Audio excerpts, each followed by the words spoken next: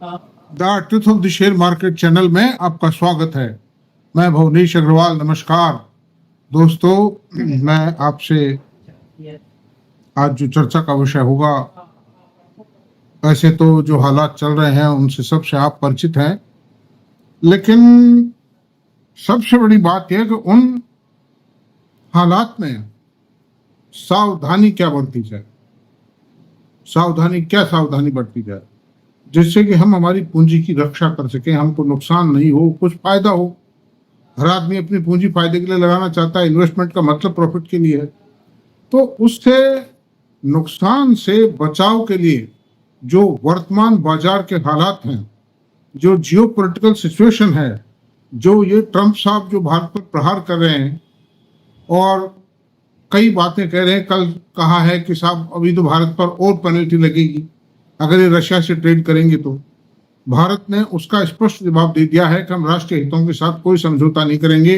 और आप जो भी देश भारत पर ये आरोप लगा रहे हैं, भारत को इसके लिए दोषी ठहरा रहे हैं, वो भी आत्म परीक्षण करें, इंट्रोस्पेक्शन करें वो अपने आप में कि वो क्या कर रहे हैं। अमेरिका यूरिया खरीद रहा है, केमिकल्स खरीदता है उससे, और साहब जो वो एटॉमिक पावर बनाने के लिए यूरेनियम खरीदता है, तो अमेरिका खुद उससे खरीदारी कर रहा है। European countries, European union, UK, ये सब भारी खरीदारी कर रहे हैं रशिया से। यानी जो रशिया से पूरे यूरोप में गैस की पाइपलाइन दी हुई है, आप उसको बंद करो ना। भारत को क्यों कहते हो पेट्रोल बंद करने की? तो भारत ने स्पष्ट जवाब दे दिया है कि हम किसी दबाव में नहीं आएंगे, हम राष्ट्रीय हितों से कोई समझौता नहीं करेंगे। जिसको जो सैंक्शन लगानी है, जिसको जो कुछ करना है कर लो। और अमेरिका विश्व को, पूरे विश्व समुदाय को, ये रशिया को ये धमकी दे रहा है कि हमने 2 एटॉमिक पनडुब्बी तैनात कर दिए हैं समुद्र में रशिया के नजदीक, और वो जरूरत पड़ने पर अटैक कर देंगे रशिया पर। मतलब यही हुआ उसका। तैनात होना किस लिए की गई, लेकिन ये धमकी है। तो ऐसी सूरत में जियोपॉलिटिकल सिचुएशन टेंशन में,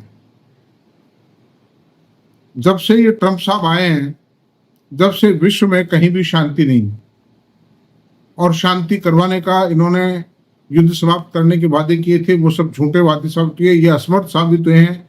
क्योंकि जिस तरीके से चल करके और ये उस युद्ध को समाप्त करवाना चाहते हैं, बंद करवाना चाहते हैं, वो युद्ध समाप्त होने का रास्ता नहीं है, बल्कि युद्ध के चालू रहने का या और भड़क जाने का रास्ता है। शांति होगी, शांति वार्ता से होगी, टेबल पे बैठा के बात करवाने से होगी दोनों देशों के बीच में। दादागिरी से नहीं होगी, धमकी से नहीं होगी।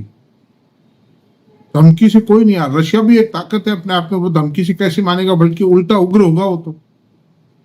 तो उसको कॉन्फिडेंस में लेने की आवश्यकता है, समझाने की आवश्यकता है, कोई लाभ लालच प्रलोभन देने की आवश्यकता है। और अब जो सुरक्षा सिक्योरिटी काउंसिल थी, वो भी ट्रंप साहब के आने के बाद में निष्क्रिय हो गई है, क्योंकि पूरा यूएनओ समाप्त हो चुका है। कारण क्या? ट्रंप साहब किसी का मानते ही नहीं। मतलब विश्व की जो प्रमुख संस्थाएं हैं, जैसे WTO है, WTO के जो नॉर्म्स थे उनको सबको वायलेट कर दिया इन्होंने। He is not following any मतलब नॉर्म्स फिक्स्ड बाय WTO का कायदा ये था, का जो बेसिक रूल है वो ये है कि आप दूसरे देशों के माल के आयात पर अननेसेसरी टैरिफ नहीं लगाएंगे। सिर्फ आप टैरिफ उसी हालत में लगा सकते हैं, ज्यादा टैरिफ या एंटी डंपिंग ड्यूटी उस हालत में लगा सकते हैं वो, जबकि वो जो एक्सपोर्टर है आपकी कंट्री को, वो आपके देश में उत्पादित हो रहे सामान की लागत से भी नीचे रेटों पर आपके देश में सामान की डंपिंग कर रहा हो, उसी सूरत में आप उसके ऊपर ड्यूटी लगा सकते हैं। Dumping duty, extra duty, additional duty, anti dumping duty आप लगा सकते हैं। बाकी अमेरिका तो उन चीजों को प्रोड्यूस ही नहीं कर रहा, मैन्युफैक्चर ही नहीं कर रहा। उस हालत में भी उसने उन आइटम्स पर ड्यूटी लगा दी। मतलब एडिशनल ड्यूटी क्या भयंकर ड्यूटी है। लेकिन परिणाम क्या होगा कि इसकी परेशानी तो अमेरिकन की होगी। पिछले महीने में 13 लाख करोड़ रुपए का गवर्नमेंट ऑफ अमेरिका का रेवेन्यू बढ़ा है due to these duties, due to these tariffs. वो गया तो जनता की जेब से ही है ना, पब्लिक की जेब से जाएगा। कोई भी एक्सपोर्टर जो अमेरिका को एक्सपोर्ट करता है इतने मार्जिन नहीं कमाता है कि 25, 30, 40% की ड्यूटी अपनी कीमत में से कम करके अमेरिका को सप्लाई करके। The duty which has been imposed by Mr. Tariff is to be paid by the American importers and it should be borne by the American public. और उल्टी चाल आप देखिए, उससे लेंगे और पब्लिक को डिस्ट्रीब्यूट कर देंगे वो पैसा। ये कह रहे हैं कि साहब पब्लिक को जो सामान खरीदने पर ज्यादा कॉस्ट आई है वो पैसा पब्लिक को हम सब्सिडाइज करेंगे। क्या मतलब हुआ इस कुश्ती से? कोई मतलब ही नहीं निकला इसका। आप लोगे दोगे और अमेरिका ये मान के चलिए कि ये जो इंपोर्ट्स को ये कह रहा है साहब हम इंडिजनाइजेशन कर देंगे, स्वदेशीकरण कर देंगे, इनके गुरुजी भी नहीं कर सकते।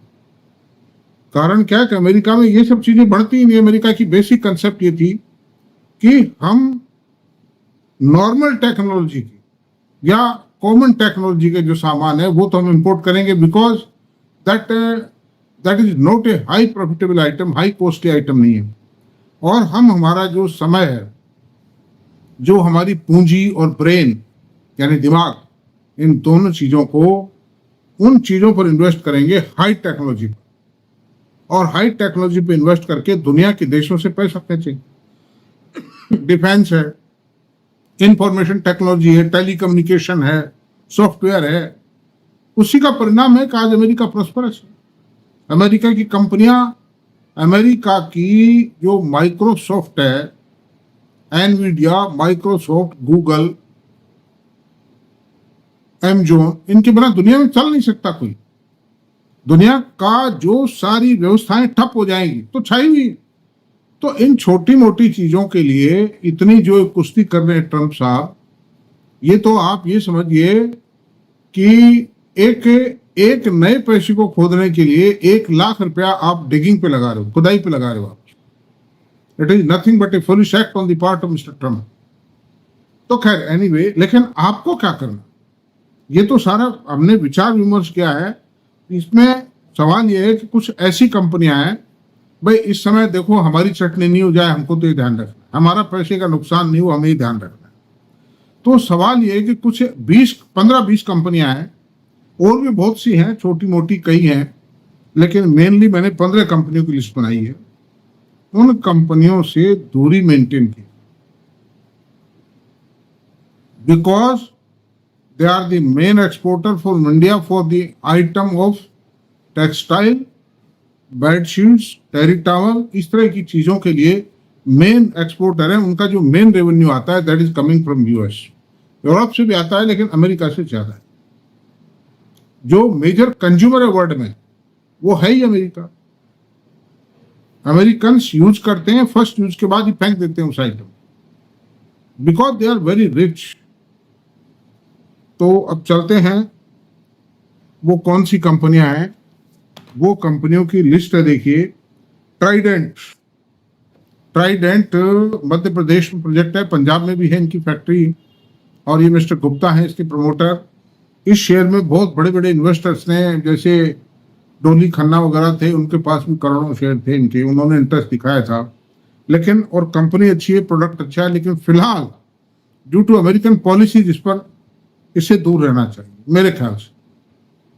वेल्सपन लिविंग, सेम प्रोडक्ट है वेल्सपन लिविंग, टेरी टॉवल है, बेडशीट्स है, ये भी खतरे में। यूरोप और अमेरिका को एक्सपोर्ट करते हैं मेनली, इंडिया में भी बेचते हैं। 5 स्टार होटल्स वगैरह को इनके टॉवल्स मिलेंगे, जैसे ट्राइडेंट लिखा हुआ मिलेगा बहुत से टॉवल्स होटल्स में, जो आप 3-4 स्टार 5 स्टार होटल्स हैं, ट्राइडेंट मिला है। तो वो, लेकिन इंडिया में इतनी कंजम्पशन नहीं है, इनकी जो कैपेसिटी है वो बहुत लार्ज कैपेसिटी है, बिना एक्सपोर्ट सर्वाइव नहीं कर सकते ये लोग। तो थोड़े टाइम चुप रहिए, वॉच रखिए इन पर। जो वर्ल्ड जियोपॉलिटिक्स है उस पर थोड़ा ध्यान रखिए, उसकी घटनाओं के हिसाब से चलिए आप। और हैं तो भाई बेचो मत, होल्ड करो, और तो क्या इलाज, लेकिन नए मत खरीदो, दूर रहो, चाहे कितना भी टूट रहे। जब तक ये अमेरिका और इंडिया के बीच में कोई नेगोशिएशन नहीं हो जाता है, कोई डायलॉग सेट नहीं हो जाता है, तब तक इनसे दूरी। KPR mill, big exporter of garment, integrated mill है, बहुत अच्छे रिटर्न दिए हैं, बहुत अच्छे डिजाइनर्स हैं, फुल्ली इंटीग्रेटेड है, यानी पावर प्लांट भी इनके हैं। जबकि टेक्सटाइल गारमेंट बनाने के लिए कोई बहुत बड़ी पावर की आवश्यकता नहीं, but even then they have installed a captive power plant in their factory campus. Pearl Global same product, बहुत शानदार प्रोडक्ट है इनके। गारमेंट एक्सपोर्ट करते हैं, गल्फ कंट्रीज को भी करते हैं, अमेरिका को करते हैं, यूरोप को करते हैं, लेकिन ये भी फिलहाल दूरी। गोकुल दास एक्सपोर्ट से भी दूरी रखनी चाहिए। ये भी पर्ल ग्लोबल और ये जो ट्राइडेंट है, नहीं ये ट्राइडेंट नहीं सॉरी ये केपीआर मिल है, उस तरह से वियरेबल गारमेंट बनाते हैं। काइटेक्स गारमेंट, ये भी थोड़ा सा दूरी रखिए आप। हिम्मत सिंह का सीडे नेचुरल सिल्क से फर्निशिंग सेमी फर्निशिंग आइटम्स बनाते हैं, इससे भी दूरी रखिए। मोंटे कार्लो, ये भी वुलन्स बनाते हैं, कॉटन्स बनाते हैं, इनसे भी दूर। Nahar spinning, a big exporter of A cotton made items. RWSM, Rajasthan spinning and weaving mills, इससे भी दूरी रखनी पड़ेगी। वर्धमान टेक्सटाइल से भी दूरी रखिए, ये भी बहुत बड़ी कंपनी है, पंजाब की कंपनी है और इसने भी शानदार रिटर्न दिए पहले, लेकिन फिलहाल इससे दूरी रखना ही पड़ेगा। अरविंद बहुत शानदार मैन्युफैक्चरर हैं फैब्रिक्स के, यानी जो शर्टिंग के और डेनिम क्लॉथ के ये बहुत बड़े मैन्युफैक्चरर हैं, उसी की एक कंपनी है अरविंद, ये है, उससे भी दूरी रखिए। रेमंड भी एक्सपोर्टर है, गर्म कपड़ों की एक्सपोर्टर है। आलोक टेक्सटाइल, इससे भी दूरी रखिए। ये रिलायंस के पास है इससे हालांकि, लेकिन फिर भी दूरी रखिए because it is exporter. Bombay dyeing, Indorama synthetics, इन सब से दूरी रखनी पड़ेगी। आप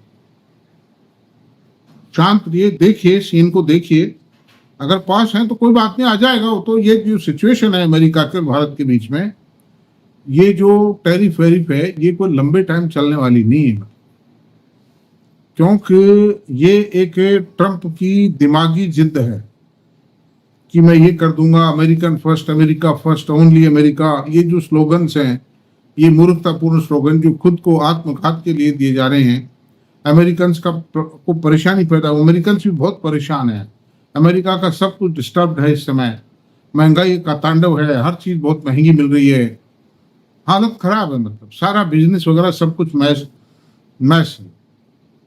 ऐसी सूरत में मेरी राय यह है कि इन कंपनियों पे नजर रखें, लेकिन दूरी रखें। हालांकि इनमें से बहुत सी कंपनियां मैंने पहले एनालाइज कर चुका हूं मेरे मतलब चैनल पर, लेकिन वो उस समय ये हालात नहीं थे। ये कोई सोच भी नहीं सकता था कि ट्रंप साहब आएंगे और इस प्रकार की खुराफात करें, ऐसा कोई विचार नहीं, कोई हालात ही नहीं थे इस तरह। तब मैंने इन कंपनियों को एनालाइज किया था, और उसके बाद ये बढ़ी भी हैं बहुत सी कंपनियां इसमें से, लेकिन फिलहाल इनसे दूरी रखना बेहतर होगा। आप कुछ भी कहें, आप मुझे दोष दें, मेरे को दोष नहीं है। बढ़ी है, बढ़ी हुई है, आज भी बढ़ी हुई है ये कंपनियां, लेकिन दूरी मेंटेन करें। क्योंकि जिन कंपनियों में ऑपरेटर अटके हुए रहते हैं ना, फंसे रह जाते हैं। मान लिए ऑपरेटर अटका हुआ है उसमें, उसके पास माल प्लस है, और एकदम से कोई पॉलिसी चेंज आ जाता है, कोई हालात बदल जाते हैं, तो ऑपरेटर निकलेगा। जब तक ऑपरेटर निकल नहीं जाता है ना शेयर से, जब तक उस शेयर के अंदर ऊंचाई कायम रहती है, उस शेयर में अट्रैक्शन नजर आता रहता है। जब वो निकल जाता है, मिट्टी हो जाता है उस शेयर। तो ये ऐसे बहुत से शेयर हैं, जैसे रेल विकास निगम का शेयर है, ऑपरेटर फंसा हुआ है, माल बिक नहीं पाया, चूंकि कंपनी में कोई दम नजर नहीं आता, कोई लेता नहीं है। न तो FI लेते हैं, न DI लेते हैं, ना HNI लेते हैं, बड़े इन्वेस्टर कोई भी नहीं लेता। छोटे इन्वेस्टर्स जो 100-100, 200, 400 शेयर खरीदते हैं, वो भी घाटे में जाएंगे। हालांकि तो उससे हो क्या मतलब, सवाल ये कुछ भी नहीं होगा उससे। फिर बहुत सी कंपनियां हैं जिनमें ऑपरेटर फंसे हुए हैं, उससे कुछ भी नहीं होगा। तो अंडर दीज सर्कमस्टेंसेस दोस्तों, अब ये नहीं साहब KPR मिल में किस दिन 25 रुपये बढ़ गए तो करे आप बढ़ेगा ही तो अब ले लो, ऐसा कुछ नहीं। फिलहाल इन कंपनियों से it is better to maintain a distance. Thank you very much, इतना ही काफ़ी है।